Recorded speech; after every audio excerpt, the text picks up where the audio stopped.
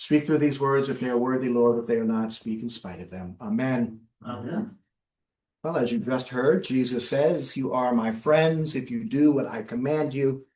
I do not call you servants any longer because the servant does not know what the master is doing, but I have called you friends."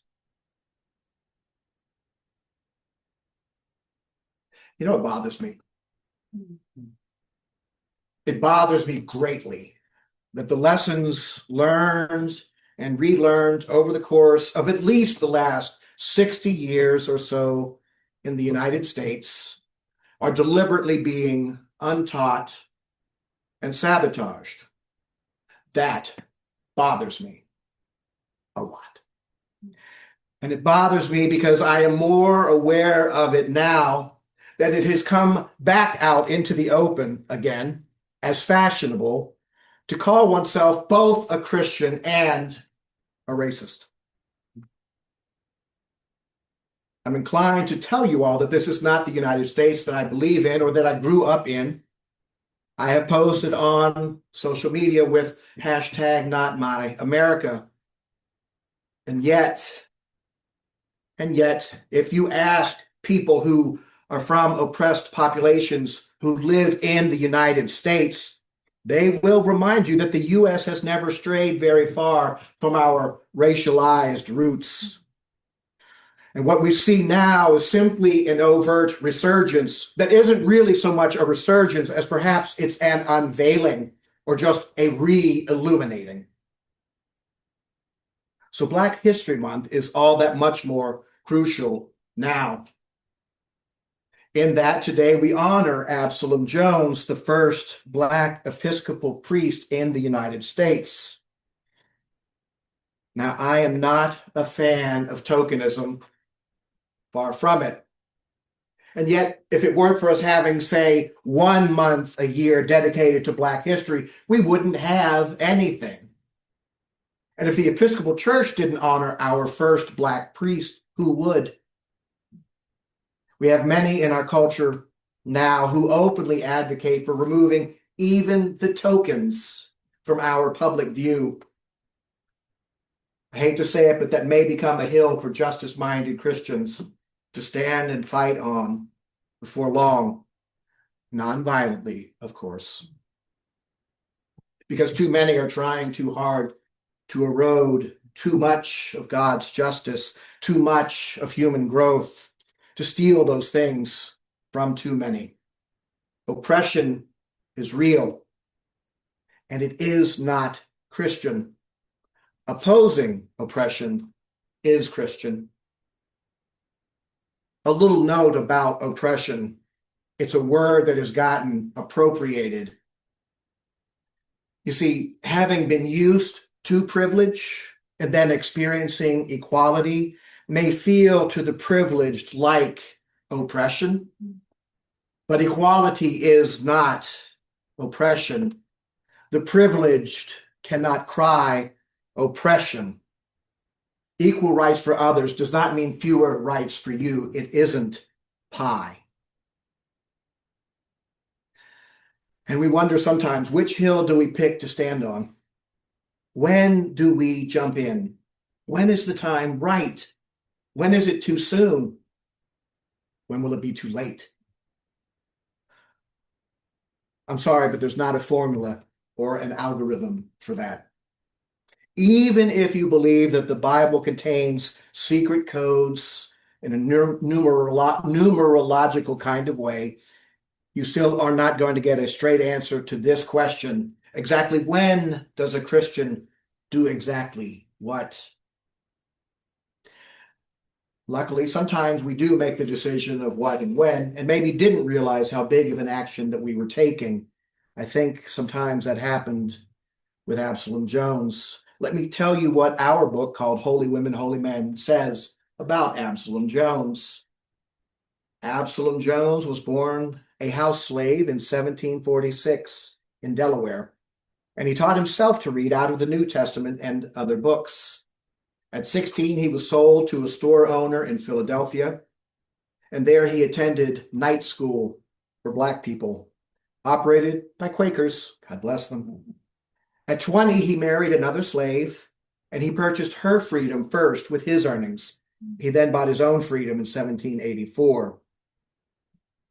Now, around that time, Jones served as the lay minister for the black members of St. George's Methodist Episcopal Church. Yes, only the black members.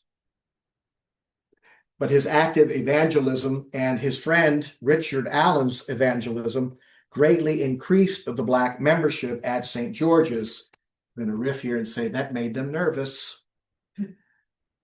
The alarmed vestry decided to segregate blacks into an upstairs gallery without even notifying them. So during a Sunday service, when ushers attempted to remove all of the black people from the main floor, they got up and indignantly walked out in a body. Then in 1787, black Christians organized the Free African Society. Absalom Jones and Richard Allen were overseers. That society paid monthly dues for the benefit of people in need, and they established communication with similar black groups in other cities. In 1792, the society built a church, and it was dedicated on July 17th, 1794. This African church applied for membership in the Episcopal Diocese of Pennsylvania, which is essentially Philadelphia, but only on the following conditions. One, that they be received as an organized body, that they have control over their local affairs, and that Absalom Jones be a lay reader, and if not a minister. 1794, Bishop White admitted them to their diocese. It was called St. Thomas African Episcopal Church. They ordained Jones as a deacon in 1795 and a priest in 1802. He was an earnest preacher. He denounced slavery, and he warned the oppressors to clean their hands of slaves. To him, God was always acting on behalf of the oppressed and the distressed. There's more in Holy Women, Holy Men, but I'll stop there. The last line works for me the best. Father Absalom Jones spoke truth to power in a time when it was even less safe to do than it may seem like it is now. He did not lead an armed revolt. I don't gather that he held rallies. He didn't have any protests. He didn't get arrested for trespassing or disturbing the peace. Sadly, he probably would not have been allowed to be ordained had he done those things. Now, many of us are called by God to protest. Many of us are called by God to disrupt. But Absalom Jones lived into his calling as the first black Episcopal priest, where he paved a way for many future black Episcopal priests. Not enough yet, but here we are. I don't know the mind of Absalom Jones. I don't know if he ever knew that he would be the first black Episcopal priest. And I wonder, how did he know when he was making an important move? How do you and I know when we're making a move, or when we're supposed to be making a move? And will it be the important one to make? I bet most of us can't sit down and write down right now exactly what we're going to do when God calls on us to do it out of our faith-filled justice. Some of you may have a great idea about what you're going to do in these difficult days. God bless you. I want to hear about it.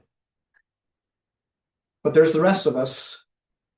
Here's what I can say as you and I and all of us seek our call during these difficult times. First of all, pay attention to the voice of God, certainly, but also remember, we can't listen to all the horror that's going on. In fact, don't listen to all of it, but we can't ignore it, because something in this maelstrom is speaking to each of us. Second, pray. Sounds obvious, but do it. Seek God's guidance. Seek God's wisdom. Do it often. Tell God, I'm open. It will help you be open, even if it doesn't induce God to send you in a message immediately. Repeat the words of Elijah. Speak, Lord, for your servant is listening. Discern with your community. If that's us, great. If it's some other group that you affiliate with justice, that's great.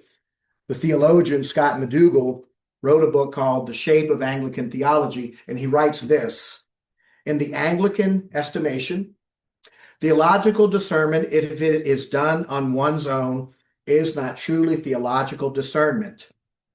without availing itself of the corporate wisdom of the ecclesial household of faith. So if it's just you and Jesus in a room, that's fine, but you need to hear the voices of your whole community. Let's you and me seek the wisdom of others who want to act also. And this is important. Seek the call, but allow for silence. Your first response will be probably silent, but lean into the silence. Listen into the silence and be patient. I'm sorry, but you have to be patient. Allow for silence to be the only answer that you get right away. Allow for the silence that you'll get, but keep listening into it. Eventually, God will speak through a whisper or a scream. Next, be reminded. God made you, just as you are. Just as you are for a purpose and for your life. God did that on purpose. Made you. You are not called to do everything. Some days you won't feel like you're called to do anything. But remember that our desire to please God pleases God. So be a listening, faithful, and patient servant. That's a blessing to God. And then speak the truth even as your voice quivers, and do justice with trembling hands. You see, quivering and trembling are actually true signs of courageous faith. Finally, treat yourself with kindness and with grace. Remember this, you are doing the absolute best that you can with what you have and what you know. You're doing that in pursuit of God's call to you, and that is all that God asks of you. Trust me, we will all make excellent mistakes in this pursuit. And God will still tell us, well done, good and faithful servant. Treat yourself with kindness and grace. Do that first. I tell you, God demands it of us. Jesus says, you are my friends if you do what I command you. I do not call you servants any longer, because the servant does not know what the master is doing, but I have called you friends. Friends do the right thing out of love. The servant does it out of obligation. Jesus calls you friend. God, teach us to be lit. Teach us to listen. Teach us to invite you in, and teach you to trust you, your call, and ourselves. Help us be lit. Listen, invite, and trust. Then give us grace to be kind to ourselves and others in our pursuit of your justice. Amen.